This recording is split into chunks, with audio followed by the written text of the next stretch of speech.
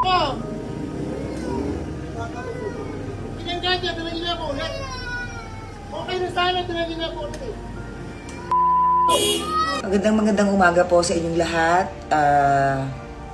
Isang magandang araw ng December 16, unang simbang gabi ng kapwa ko mga Katoliko. Ayan, magandang umaga po. May gusto lang po akong ipahiwatig or malaman yung lahat na totoo po yung tungkol po dun sa nag-viral po na video na isa pong lalaki na naka-Hilux na Toyotang puti. Opo, kapatid ko po yun, nag-viral siya. Galing, no? Ano po, galing. Paalala lang po na ang kasalanan po ni Pedro ay hindi po pwedeng maging kasalanan ni Juan. Maaaring pong isa kami na apelido, pero hindi naman po kami pareho lagi ng pag-iisip at ng mga gawain araw-araw. Ako po yung humihingi ng dispensa doon po sa kanyang nakaalitan at lalong-lalo na po doon sa anak na babae. Pasensya ka na, Iha. Dadalawin kita, ha? Wait lang, ha? Pupunta ang tita po ako dyan. Pasensya ka na. Hindi po ako natutuwa at hindi ko po dapat kampihan yung nangyari po dun sa kapatid ko. Hindi naman din po ako, kumbaga, syempre nanay din naman po ako. Pero lagi po natin iisipin na laging may other side of story.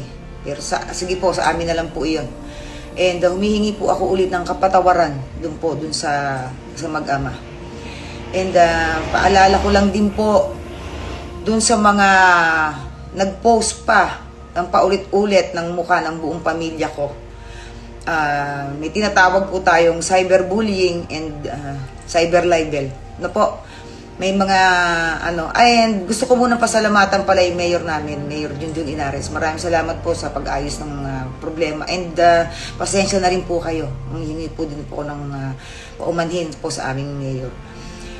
Doon po sa mga ibang politiko na nakisakay po, na hindi naman taga-antipolo, nakakaloka. Na nag-post pa kayo, sir. Sino kayo? Yun po, taga-Bicol kayo eh. Ingat po kayo kasi mambabatas pa naman kayo. So alam po ninyo dapat po yung tinatawag dating cyberbullying, sir. Okay? Pinost po ninyo yung mukha ng buong pamilya ko. Kapatid, isa lang po ang may kasalanan, pero buong mukha na. Yung asam po, yung privacy, yung protection po ng pamilya ko. Hindi po ako kumakampi sa kapatid ko, pero sana, nag-iingat po kayo sa mga post ninyo, sa mga comment ninyo. Again, dun po sa nakaalitan, pasensya na po kayo sa ginawa ng kapatid ko.